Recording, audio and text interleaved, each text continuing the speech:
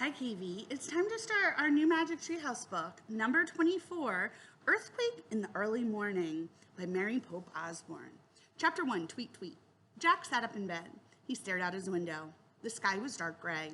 The sun would be rising soon. It's almost time, he whispered to himself. The day before in the Magic Treehouse, Morgan's note had said, "Come back tomorrow in the early morning." Jack jumped out of bed. He put on his jeans and t-shirt, then he grabbed his backpack and crept out into the hall. Jack peeked into Annie's room. She wasn't there. He slipped downstairs and out the front door. Annie was sitting on the porch steps. Jack sat down beside her. "What are you doing?" he asked. "I was waiting for the birds to start singing," said Annie. "Then I was going to wake you up." Jack and Annie watched the sky go from dark gray to light gray. Then the birds began their song. "Tweet, tweet," said Annie. Without another word, Jack and Annie left their porch. They headed up their street to the Frog Creek woods. It was cool beneath the trees. Jack and Annie hurried through the woods to the rope ladder. It hung from the tallest oak. At the top of the oak was the magic tree house. They climbed up into the tree house. It was barely light inside. Annie picked up the note lying on the floor and held it up to the window and read aloud. To Jack and Annie, "Camelot is in trouble. To save the kingdom, please find these 4 special kinds of writing from my library. Something to follow, something to send, something to learn, something to lend. Thank you, Morgan." Jack took a deep breath. "Okay," he said. "We have our first special writing, a list from the Civil War. We have the second," said Annie, "a letter from the Revolutionary War. We have the third," said Jack, "a poem from a pioneer schoolhouse. Now we need just one more," said Annie. "I wonder why we have to find these special writings from Morgan's library," said Jack. "How are they going to save Camelot?" "I don't know," said Annie, "but let's get going so we can solve the mystery. Where's our research book?" They looked around the tree house. Their Pennsylvania book, the book that always brought them home, was lying in the corner. Beside it was another book. Annie picked it up.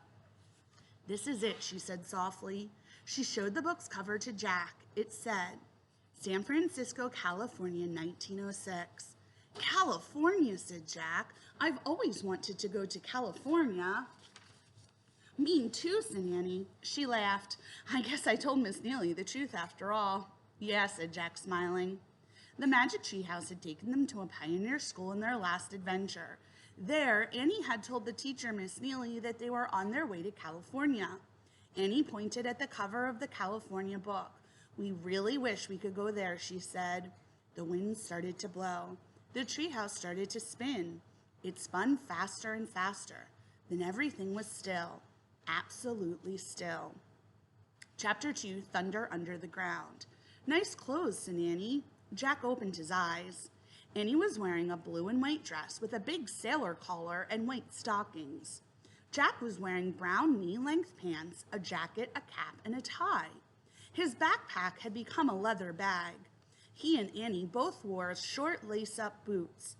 A church bell started to ring. Gong, gong, gong, gong, gong. "It rang 5 times, said Jack. "It must be 5 in the morning." "Yeah," said Annie. She was looking out the window. Jack looked with her. The early morning air felt fresh and cool. The treehouse had landed in a tree at the bottom of a hill. Painted wooden houses and gas lights lined a quiet cobblestone street. A trolley car moved along tracks up the street. It rounded the top of the hill and disappeared. Tall buildings towered farther off. The sun was behind them, making pink streaks in the blue sky. "It's really pretty here," said Annie. "Yeah," said Jack. He opened the research book and read. On Wednesday, April 18th, 1906, San Francisco was the biggest city on the west coast of the United States. It had a population of 500,000 people. It was also one of the loveliest cities in the country. Jack pulled out his notebook and wrote, "San Francisco, April 18th, 1906. Biggest city in the west. Lovely." "Let's go," Annie said impatiently.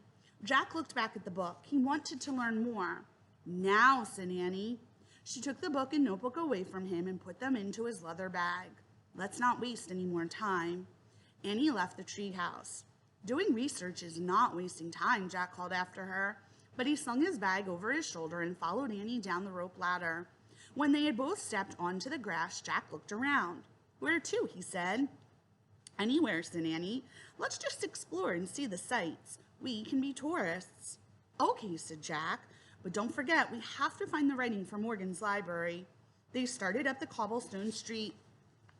As they walked up the steep hill, the sun rose above the tall buildings. The early light turned everything to gold, stones, street lamps, and the glass windows of the silent houses. It's so quiet and peaceful, said Annie. Yeah, everyone must still be sleeping, said Jack. Suddenly out of the quiet came a deep rumbling noise. Jack stopped. He grabbed Annie's arm. What's that? He said. The noise got louder. It sounded like thunder coming from under the ground. The earth started shaking. Church bells clanged wildly. The whole street began to move. The cobblestones rolled like waves on the ocean. What's happening? Annie cried. Chimneys fell off roofs. Gas lights toppled over. Bricks crashed to the street. Get down, shouted Jack. Cover your head. Jack and Annie crouched on the ground with their arms over their heads. All around them was rumbling, clanging, crashing, and breaking. Then the world grew still. The rumbling stopped. Jack and Annie raised their heads. The air was filled with dust. It's over, said Jack. That must have been an earthquake, said Annie. I think so, Jack agreed. I guess I should have let you do a little more research on this place, Annie said. Yeah, probably, said Jack, except I don't know exactly what we could have done. Jack slowly stood up. His legs felt wobbly. As he brushed off his pants, the deep rumbling came again, louder than before. Then the terrible shaking started. It was even harder than before. Jack was hurled to the ground. The earth trembled and quaked. Jack bounced against the hard cobblestones. Annie, he cried. He tried to stand but fell again. Through the dusty air, he saw the tall buildings swaying against the sky. Roofs were caving in. Up and down the street, bricks, glasses, and concrete showered down. It seemed like a long time before the dreadful noise and shaking finally stopped. Chapter 3, The Great Shake. A cloud of dust billowed around Jack. He could hardly breathe. He couldn't see, but he could hear Annie coughing. Jack opened his mouth to call to her, but dust filled his throat. Jack! Between coughs, Annie shouted his name. Jack! I'm here, he said hoarsely. I think I'm in trouble, she said. Jack tried to sit up. He hurt all over. His clothes were ripped and covered with dirt. His cap was gone. Where are you? He called. Here, said Annie. Jack started to stand, but he fell down again. His legs were like rubber. Where? He repeated. Jack cleaned his glasses, then looked around, but he still couldn't see Annie through the thick haze of dust. I fell into the ground, said Annie. Jack crawled in the direction of Annie's voice. Keep talking, he said. Here, she coughed, here. Jack felt a ledge with his hands. He looked down into a huge crack in the street. Through the dust, he could see Annie right below him. You found me, she said between coughs. I'll pull you out, said Jack. He grabbed Annie's hands and tried to pull her out of the crack, but she was too heavy. I can't do it, he said. Bring me something to stand on, Annie said. Maybe I can get out by myself. Jack stood up and stumbled away from the crack. He gathered an armload of bricks, then he went back to the crack and handed them down to Annie one by one. Annie carefully stacked the bricks on top of each other. I need more, she said. Jack ran to get more bricks. He was afraid there'd be another earthquake and the crack would close with Annie inside. He handed the bricks down to her. Hurry, he said. I'm hurrying, she said. At last, Annie finished stacking the bricks. She stood on the stack. With her bare hands, she slowly pulled herself up. Jack helped her stand. She was covered with dirt. Her stockings were torn. Her knees were skinned. Are you hurt? Jack asked. A little scrape, said Annie. How about you? A little shaky, said Jack. Actually, he was very shaky. Me too, said Annie. I think San Francisco just had a really huge earthquake, Jack said.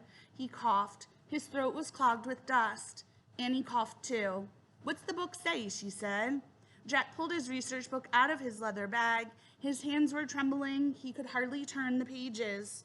I'll find it, said Annie. She took the book from him and found a picture of a torn-up street. She read, at 5:13 a.m. on April 18th, 1906, the people of San Francisco were shaken awake by one of the biggest earthquakes the United States had ever known. Some called it the Great Shake. No wonder we feel shaky, said Jack. I wonder if a lot of people get hurt, said Annie. They looked around. Through the dust-filled air, families were standing out of their crumbling houses. They all were barefoot and still wore their night clothes. Some babies and small children were crying, but strangely, the grown-ups were all silent.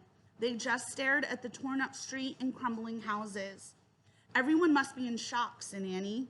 "I know how they feel," said Jack. He gazed at the rubble all around them. He didn't know what to do. He couldn't think clearly. Annie looked at the book again and read aloud. "Just after the earthquake, broken chimneys, stoves, and lamps caused terrible fires. The fires raged for 3 days, nearly destroying all of San Francisco. Over 28,000 buildings burned down." "That's terrible," breathed Jack. In the distance, a cloud of black smoke was rolling through the sky. "The fires are starting," said Annie. "Oh my goodness, this is dangerous. We'll have to keep reading tomorrow to see what happens. Until then, keep reading, friends. Bye."